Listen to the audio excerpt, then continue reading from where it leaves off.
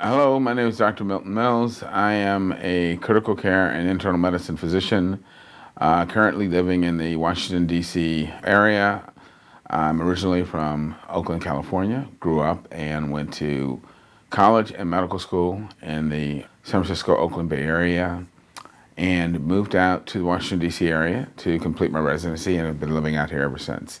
I am a plant-based physician, and I've spent my life helping people understand the need to change our diet and lifestyle so that we can avoid the chronic diseases that tend to afflict people living in Western countries and cause us to suffer from chronic disease and sadly to die prematurely and to suffer from things like dementia and other debilitating illnesses. So my plant-based journey actually began in my teenage years. When I was 14, I became a Seventh-day Adventist. I joined the Adventist Church. The Seventh-day Adventist Church encourages, but does not require, its church members to become plant-based because that is God's original diet for us, as outlined in the book of Genesis. When God created Adam and Eve, He told them to be plant-based. In fact, He told them to be vegans. They were to be eating essentially a fruit-based diet. After sin entered the world, He did change their diet. In chapter 3, we see that He enlarged their diet to include foods that formerly had been reserved only for animals. The Bible refers to as plants of the field, which can be interpreted as your grains, legumes, green leafy vegetables, and root vegetables. So those were now included in our diet. While I understood that that was God's desire for us, I didn't think I could do it. The church does absolutely require that we adhere to the biblical prescriptions against eating unclean animals, such as scavengers and so forth. So I did cut out things like pork, shellfish, and those kinds of animal foods, but I did continue to eat hamburgers, chicken, fish, so forth. But about a year and a half after joining the church, when I was 16, I was struggling with some personal issues that I was finding it difficult to get past. And I was talking with God about it one night. He said to me very clearly, if you want a closer relationship with me, you need a clearer mind. And for that, you need a better diet. You have to stop eating meat. And I remember very clearly, I felt just this frisson of panic at that moment. Like, how can I do this? I don't think I can do it. And so I just said, God, if you want me to stop eating meat, you have to take away the desire for me to eat it. He did. And I stopped. That was a night in September of 1974. And I haven't eaten animal flesh since. Once I stopped eating meat, I very quickly began to feel the difference in my personal health. I had more energy. I required less sleep. I was in my mid-teens, and my acne cleared up, like really clear. That yeah, this is definitely better for me from a health standpoint. So I began to read everything I could find on the relationship between food and health, and everything that I was reading was consistent with what the Bible had actually said, that the more plant-based a population or a person was, the healthier they became, and the longer they lived and the fewer diseases they had. I then began to try and help educate people on the importance of changing our diet to help reduce our risk for developing all of the diseases that tend to afflict people. I ultimately decided that I wanted to spend my life doing just that, educating people about the importance of changing their diet and lifestyle to help them live healthier lives and avoid heart disease, cancer, strokes, and so forth. That ultimately led me to decide to go to medical school so that I could have the best understanding of human health and physiology, but also to have the credentials that would allow people to respect what I was telling them when it came to changing their diet and lifestyle. I was fortunate to be accepted into Stanford University School of Medicine. And what was really special about that was there were opportunities to do a lot of research and also to do independent research, which allowed me to explore this whole issue of human design, human anatomy and physiology, as compared to that of meat-eating mammals, such as carnivores, versus plant-eating mammals, such as traditional herbivores. And again, it became very clear that human beings were anatomically and physiologically designed as committed plant eaters. When I finished residency, I started working internal medicine clinics, and something very interesting would happen. I would frequently have older African Americans who would come in to see me and tell me, "Doc, I'm having a problem with my irritable bowel is acting up, or my spastic colon is giving me trouble." And when I did a careful history with them, I would ask, "Well, can you tell me what the symptoms are?" And from what they described, it was pretty clear to me that they were describing the symptoms of lactose intolerance. And so I would have them do a trial. I'd ask them, "Okay, I want you to go home, have no dairy products whatsoever, no milk, no cheese, no ice cream, no yogurt for the next 2 weeks, and then come back and see me." And I would say in probably 8 to 9 out of 10 cases, so 80 to 90% of the time, the problem disappeared. And clearly, it wasn't that the person had an issue with spastic colon or irritable bowel. It was that they were intolerant of the lactose that was in dairy products, and they shouldn't, of course, have been eating them. And when I explained that to them, most of the people were very gratified and started to exclude dairy from their diet. A penultimate moment came with this one particular African-American woman who was in her 60s. She came back. She had done exactly what I told her to do. The problem had resolved. And I told her, "Well, you see, you're lactose intolerant." And she looked at me and she said, "Oh, I know that." And I then said to her, "Well, if you know you're lactose intolerant, why are you continuing to eat dairy products?" And she said, "Because the dietary guidelines say I have to.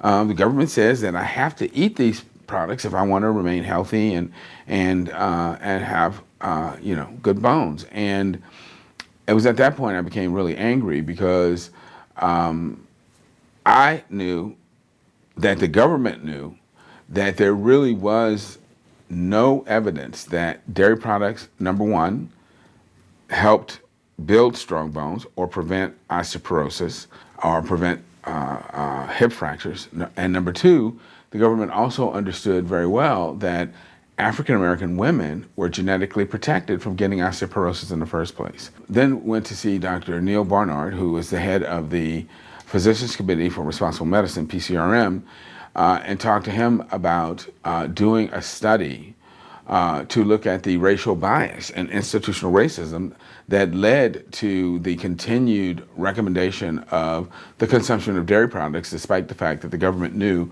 these products, I refuse to call them foods, were inappropriate for Americans of color. And Dr. Barnard immediately got on board with the project and got behind it and put the resources of PCRM behind it. And out of that effort came a 2-part paper that was published in 1999 in the National Medical Association's journal called Racial Bias in U.S. Food Policy, Parts 1 and Part 2. Part 1 dealing with the issue of lactose intolerance, and then Part 2 taking a broader approach, looking at the inappropriateness of the meat-heavy, dairy-heavy recommendations for, again, people of color, because of the fact that these recommendations tend to promote excess levels of disease and premature death in African Americans and other Americans of color. PCRM was invited to present our paper's findings at the North American Vegetarian Society's annual conference called Vegetarian Summerfest, which was held at the University of Pittsburgh every summer. Dr. Barnard asked me if I would go and represent PCRM, and I was happy to do so. Even though NAVS at the time was called the North American Vegetarian Society, it was actually a vegan organization. Vegetarian Summerfest was actually an entirely vegan event. And so I suddenly found myself immersed in an entirely vegan world. It's an amazing conference where they take over the University of Pittsburgh at Johnstown, bring in their own chef's crew, prepare all the food. You can have every sort of permutation, iteration of vegan food that you can imagine. Raw vegan, cooked vegan, oil-free, gluten-free, you name it, it's there. I really became much more educated about the cruelty that's involved in the production of eggs and dairy, and also the health consequences of consuming eggs and some of the longer term problems associated with dairy in terms of its impact on women's health and pediatric problems. And it was at that point that I transitioned to eliminating those foods from my diet as well. Now, I want to say that I was never a big consumer of eggs or dairy, even before I went officially vegan, because number one, I was profoundly lactose intolerant.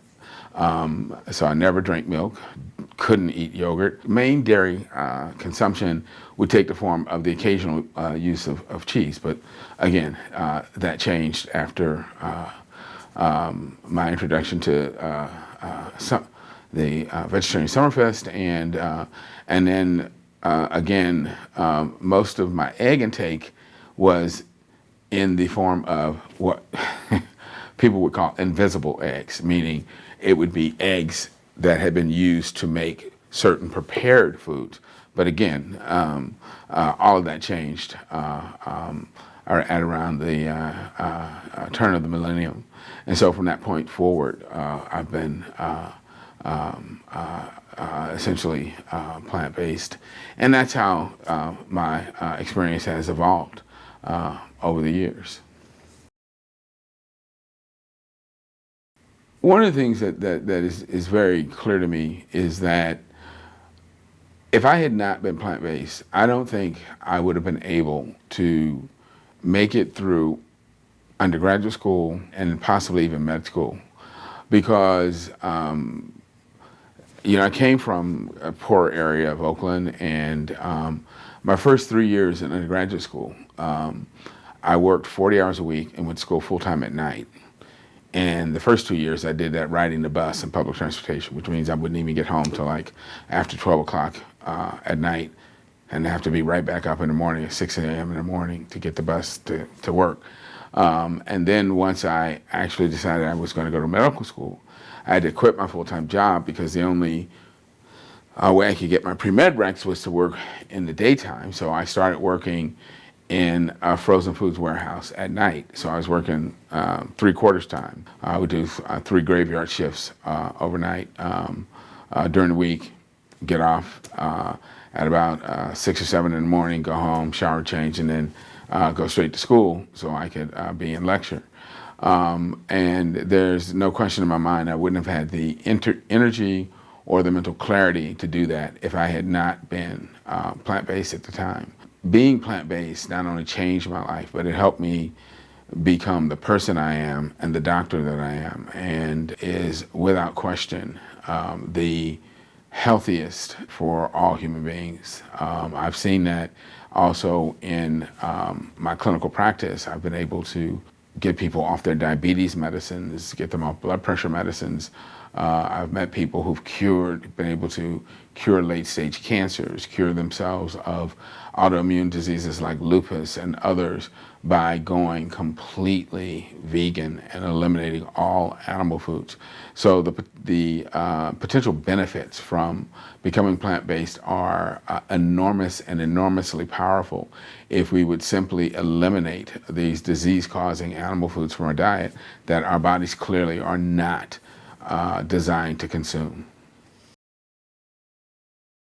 The question often comes up is, why would it be important for other people to become plant-based? Isn't this a matter of personal choice?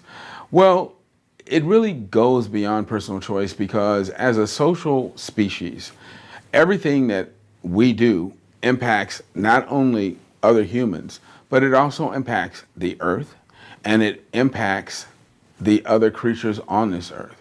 And so, most immediately, choosing to eat another living creature means you have to kill that creature. You have to take its life. It's a harrowing decision. It's a decision most people don't think about because they don't have to think about it, because they give that chore, that job of doing the killing to someone else. And I actually had the experience of going to a slaughterhouse and watching animals being forced into these killing pens and seeing the terror and despair on their faces as they struggled to escape, and their cries for help. It's a horrible thing to have to witness and to watch. These animals don't want to die. They don't want to die any more than you or I would want to die if somebody was going to come and kill us. The question is, why would we commit such a horrible act if it's not necessary? And the fact is, it's not necessary. We don't have to kill other animals to live and to be healthy. And in fact, all of the data shows that if we don't eat other animals, we are healthier. We will live longer. We have fewer diseases. We remain more functional throughout our lives, and we have a lower risk for dementia. So then the question is, why are we committing such a heinous and spiritually reprehensible crime by killing these other creatures when we don't have to and when we shouldn't be doing it? Moreover, when we choose to live that way and we create all of this disease in our body, that's when we expect other people to step in and pay for it.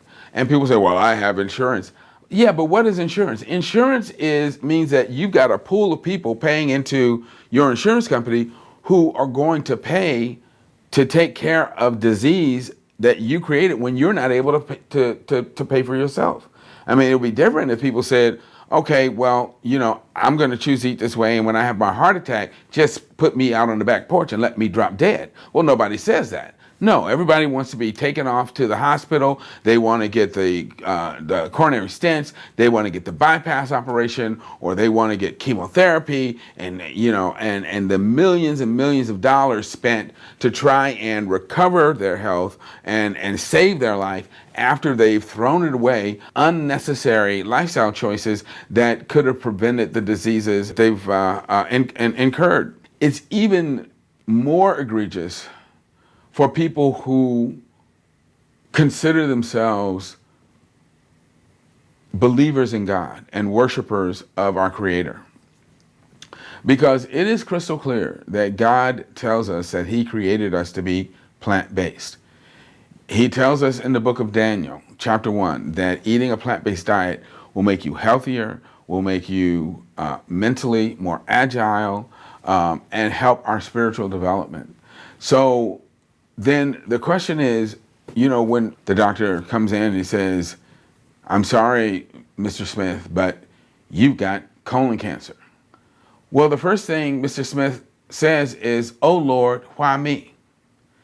But the question is, if you've decided to ignore the advice that God gave you, if you've decided to flout God's instructions to be plant-based, because you wanted to eat the maimed, tortured, rotting body of an abused, murdered animal, when your body suffers the inevitable results of that kind of disobedience, shouldn't you instead ask, oh Lord, why not me? Why didn't you allow me to suffer the consequences of my disobedience much sooner than this? Instead of saying, oh Lord, why did you let me get breast cancer? It's like, oh Lord, why did you let me go so long before I got the breast cancer? Because I did this by refusing to listen to the instructions you gave me. We often sit down at a meal and we say a blessing before we eat. But I sometimes wonder, can God bless some of the food we decide to eat? Especially if He told us not to eat it. We really need to sit back and rethink what it is we are choosing to put in these bodies that we know and say that we believe are God's temples. Because if we truly believe they are the temple of God, should we be putting things into our bodies that defile that temple, that we know are going to create ill health? And if we are struggling with, as I was years ago, personal issues that we are having trouble getting past, maybe the problem isn't that God is not hearing us. Maybe the problem isn't that God is not trying to help us. Maybe the problem is God can't get through to us because our minds are so clouded with the filth and garbage that we're eating that the blood vessels are clogged up with grease and fat and toxins, that our neurons are not working well enough for the Holy Spirit to speak to us in a way that we can hear. If we really do want to facilitate the best relationship and communication with God, we have to adopt the diet that He tells us He designed us to eat that will help improve and support that relationship and that communication. And that is a plant-based diet built around healthy, whole plant foods. Working with people suffering from, a whole host of problems, from diabetes to heart disease, just the usual problems, high blood pressure, arthritis, you name it. I do encourage my patients to become plant-based because I know that it will help with those problems and that they will feel much better. I remember I met a gentleman who had been actually scheduled for a hip replacement because of severe arthritis in his hip. And he attended a lecture that I did. This is up in Rochester, New York, for a friend of mine who is a plant-based physician up there, Dr. Ted Barnett. And this gentleman decided, you know what, I'm going to try this. I'm going to go plant-based. And within 2 weeks, his pain had decreased, and to the point that he was able to move and to walk so freely that when he went back to see his doctor told him, you don't need this surgery right now. You don't need to have your hip replaced right now because your level of functioning has improved so greatly. What I have found is that for a lot of people, I don't talk to them about changing their diet for the rest of their life, because for a lot of people, that sounds like too high a mountain to climb. So what I suggest is that, look, let's try it for 12 weeks. If after 12 weeks you don't feel any better, your lab results have not improved, and you're no better off than you are right now, then of course, go back to doing what you were doing before. But I know that within that 12-week period, this person is going to be feeling so much better, doing so much better. Their glucose, blood lipids, and other lab work will have improved so significantly that they won't want to go back to the way they used to live. They won't want to feel as sick and debilitated as they had been feeling before. One of the things that I think that people have to anticipate is that once you let people in your life know that you're changing your diet, everybody's going to become a nutrition expert. For instance, when I came home and told my father that I had decided I was going to stop eating meat, he tried to intimidate me out of my decision. He said, well, look, I'm not fixing anything different around here, so if you're going to eat differently, you're on your own. And looking back, I realized that, my father knew nothing about being plant-based, and from his perspective, he probably thought I was doing something that was unwise and unhealthy, and so his response was to try and, shock me out of it. Fortunately, he didn't try to tell me, you can't do that. I guess he thought he would just sort of make it hard for me, and that eventually I would give up on what was, a foolish endeavor. I'm happy to say that didn't happen. Obviously stuck with my dietary choice. And again, I give God the credit for giving me the strength and the will to do that. But I think that people will have to anticipate that the people that, some or even many of the people in their lives may not understand their dietary choices and will try to actively dissuade them from continuing with that choice. Other things challenges that I've run into is when I was a resident. As a resident, we were required to attend noontime lectures. And because we had to be at the lecture, we couldn't go get our own lunch. So the chief residents would have drug reps provide lunch for the residents. Well, when I would come to lunch, it was always crap. It was always meat. So I went and I told the chief residents, I said, look, I don't eat this stuff. If you don't have the reps start to provide non-meat alternatives, I'm not coming to the lecture. And since the chief residents got brownie points on how many of the residents attended lecture, it behooved them to talk to the drug reps to have them provide non-meat alternatives. Well, then what would happen is that when the drug reps would provide the plant-based alternatives, I had to make sure I was at lecture right when it started, because those were the first things that people would eat. And which was completely unfair, because I'm like, you guys can eat this, the rest of this trash, and I can't, but you're going to eat up anyway. So it's kind of a mixed blessing. One, I'm glad they're eating, the non-meat stuff, but I'm like, hey, leave something for me. You have to be assertive and not be intimidated by people's lack of understanding of your choices, and be willing to help them understand how they can help you adhere to your choice. So, as a resident, I felt, I have a right to expect you to help support my dietary choice because I'm a part of this program. When I finished residency and started attending medical conferences, when a drug company was launching a new drug and they wanted us to come to a conference to learn all about their new drug launch, they would send us these questionnaires to ask if we had any special needs.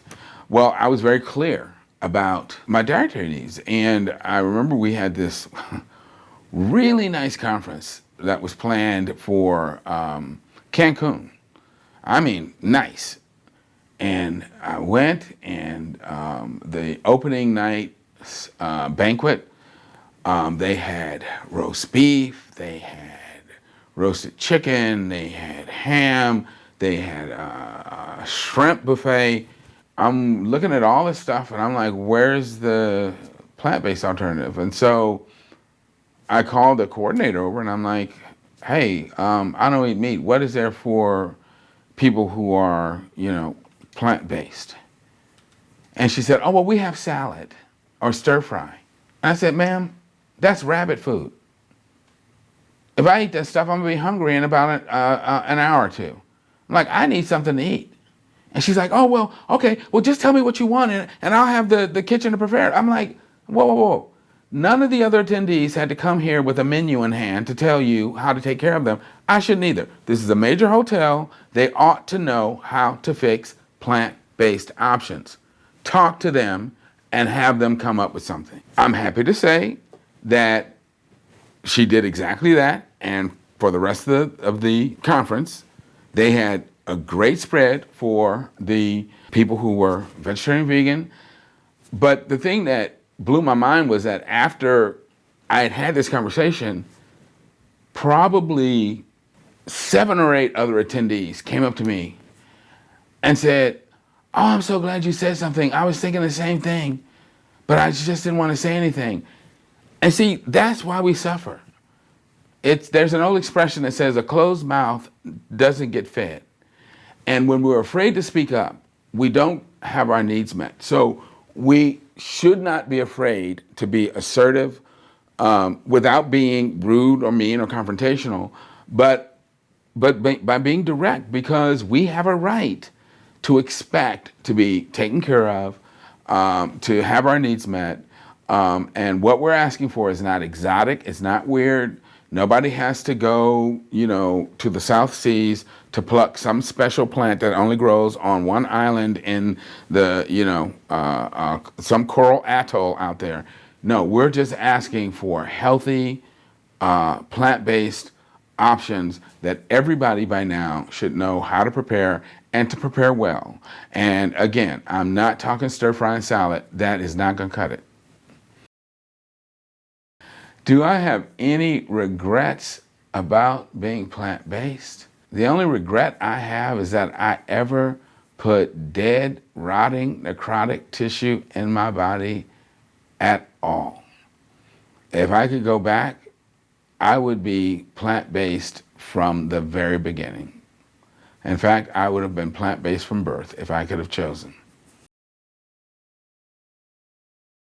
Kathy and I went to the same church, but I had started working in a free clinic in Alexandria, Virginia. This was in the days before the Affordable Care Act.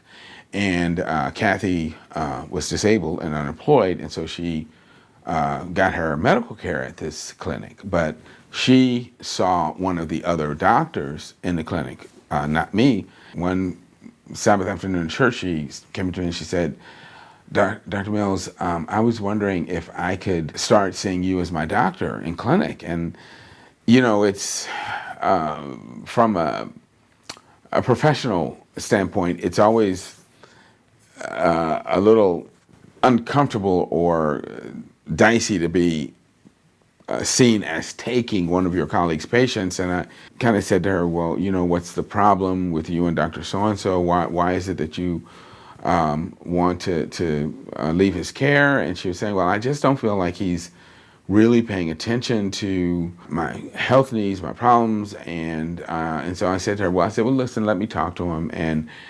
I'll see, you know, if I can help resolve this issue, thinking that maybe with me talking with him, I could get him to be a little more attentive to her. When I spoke with him about her issue, she was diabetic and her diabetes wasn't well controlled. His statement to me was, well, you know, you don't want to try and get your diabetics too well controlled because then their blood sugars will drop. They'll end up in the emergency rooms and you'll end up being called in the middle of the night or over the weekend. It was a horrible, horrible attitude. And I realized that this man was never going to take good care of her. And so at that point, I didn't care whether or not he got pissed off if she decided to become my patient. And I told her, listen, I'll be happy to have you become my patient. Spoke with the clinic director, and she did. They changed her over to my schedule. And Kathy, her primary problem was diabetes, but she also had hypertension, heart disease, all of the problems that are associated with diabetes. And at our first meeting, I sat down and I talked to her about the relationship between diet and diabetes. And my goal was to try and get her to become vegetarian. Kathy went vegan overnight. She cut out everything, meat, dairy, eggs, everything. And literally, her blood sugar started falling within days. Now, prior to this, Kathy had been a diabetic for 17 years. She had to quit work because the disease got so bad she couldn't work. Her blood sugars would average 200 to 300. She was taking insulin twice a day, plus oral anti-diabetes medications. She was on 3 different blood pressure medicines, several heart medications. She had blockages in her legs that were so bad that she couldn't walk a block without getting these severe cramps that would force her to have to sit down and not walk. And that was one of the reasons she had to stop working. Within days, I had to start taking her off, reducing the dosages of her diabetes medicines. Over the next 8 weeks, I took her off of one after another of her diabetes medicines until probably after a little over 2 months, she was off all of her diabetes medicines. She eventually came off of 2 out of the 3 of her blood pressure medicines. She lost something like 40 plus pounds without even trying, and the claudication and pain in her legs cleared up, and she was actually able to go back to work.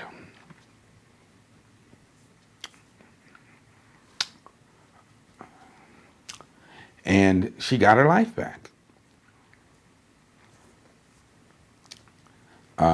There was another case. We had a Hispanic gentleman who was coming to the same clinic. He had, again, very bad diabetes that was not well controlled. But he was only Spanish speaking, and he had a little booklet in which he kept all of his blood sugars. And I mean, everything, 3 times a day, he was recording these really high blood sugars. When he would come to clinic, we would sit down and we'd discuss cases after patients were seen, and people were saying, well, he's just not compliant. I was saying, well, this does not look like a non-compliant patient. I mean, this guy is doing everything we asked him to do. He's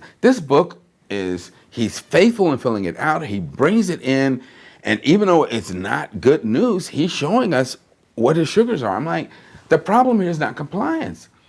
The issue was that, as I said, he was Spanish speaking, and every time he came in, we didn't have an interpreter. So I'm like, okay,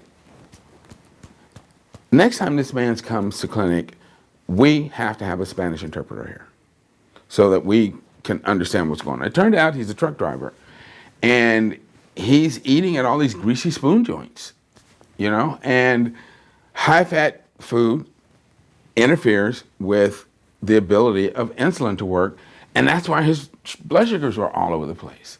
So through the interpreter, I explained all this to him, talked to him about the importance of eating a more plant-based diet, eliminating, fried foods, greasy foods. And again, the next time he came to clinic, his sugars were so improved. It was just amazing. There have been, a lot of stories. One other time I was at a conference up in New York, and I was doing a presentation for the Mid-Hudson Vegan Society. And after my lecture was over, this young woman came up to me. She was probably in her mid to late 30s, young Caucasian lady, and she was in tears. And I asked her, what's going on? She said, I don't know what to do. She said, my husband 2 years ago was diagnosed with diabetes, and it's just not going well. She said, prior to this, he was a strong, self-actualized kind of do-it-yourself man, but ever since he's come down with the diabetes, it's causing more and more problems, and no matter what medications they try, we can't seem to get it under control, and he's starting to lose hope. And he's just not the person that he was. And so I talked to her, and I told her, if he'd be willing to try going plant-based for 12 weeks, I'm sure we could get this problem under control. And they did call me the next week. I talked to him a long time, and he said he was going to try it to see if it worked. And probably maybe a month and a half after that, I got this incredibly emotional email from her where she said, I'm in tears as I write this because things are so much better. My husband has improved so much. He's so much happier. He's getting back to the person he used to be. And, of course she was thanking me, but it really wasn't me. It was the diet change. So, yeah, so the bottom line is that, there's just scores of stories like that, of people whose lives have been completely turned around by eliminating unhealthy foods and embracing, a plant-based diet. Every time I give a lecture somewhere, I have people come up to me, kids who will say, Dr. Mills, I stopped eating dairy and my asthma went away. I can breathe, I can exercise, I can go for a run and not have to use my inhaler. It's just story after story of the improvements in people's lives. So, as I said, there are too many stories to be even told. green leafy vegetables are powerhouses in terms of their health promoting ability. So I try to make sure that I'm getting some form of raw green leafy vegetable in my diet at least 3 times a week. I really like the spring mix that you get in the bag because it has several different kinds of dark green lettuces. I frequently will buy some arugula to mix in with that because I love arugula. I try to include cruciferous vegetables in my diet on a regular basis because, again, they're very potent in terms of their anti-cancer, anti-disease capabilities. If I had somebody who could prepare roasted Brussels sprouts for me, I would probably eat those 3 times a day. But I do it as often as I can. And I like to try to include legumes in my diet a minimum of 3 to 4 times a week in some form or fashion. Legumes are beans, peas, lentils, and again, the greater the variety, the better. Because beans are, again, some of the most nutritious and potent plant foods that we can eat. Try to get some kind of fresh fruit on a regular basis. When I can, I do multi-berry fresh fruit smoothies a couple times a week. Otherwise, citrus fruits like grapefruits, or now that we're in the peach nectarine season, I try to include those. Just a variety of different plant foods, and I have to be honest, I love rice, so I end up eating a lot of rice, brown rice, wild rice, and so forth. Those are my personal choices. You want to get some good plant-based cookbooks so you can learn how to really prepare, good, nutritious, filling plant-based meals. So you can have some variety, so you're not eating the same thing every day, so you don't get bored. And again, you want to make sure that you are eating a diet that includes things like beans, legumes, root vegetables, green leafy vegetables, so that you're getting your calories and your nutrients. Educate yourself on the benefits so that you understand what you're doing and why you're doing it. You can go to YouTube, put in nutritionfacts.org, and I'm telling you, science-based videos on every topic you can imagine will come up that will give you lots of good information. I have a website. It's Dr. Milton Mills, plantbasednation.com. Has a lot of good lectures on protein, anatomy and physiology, the microbiome, and other topics posted, papers, and nutritional sources.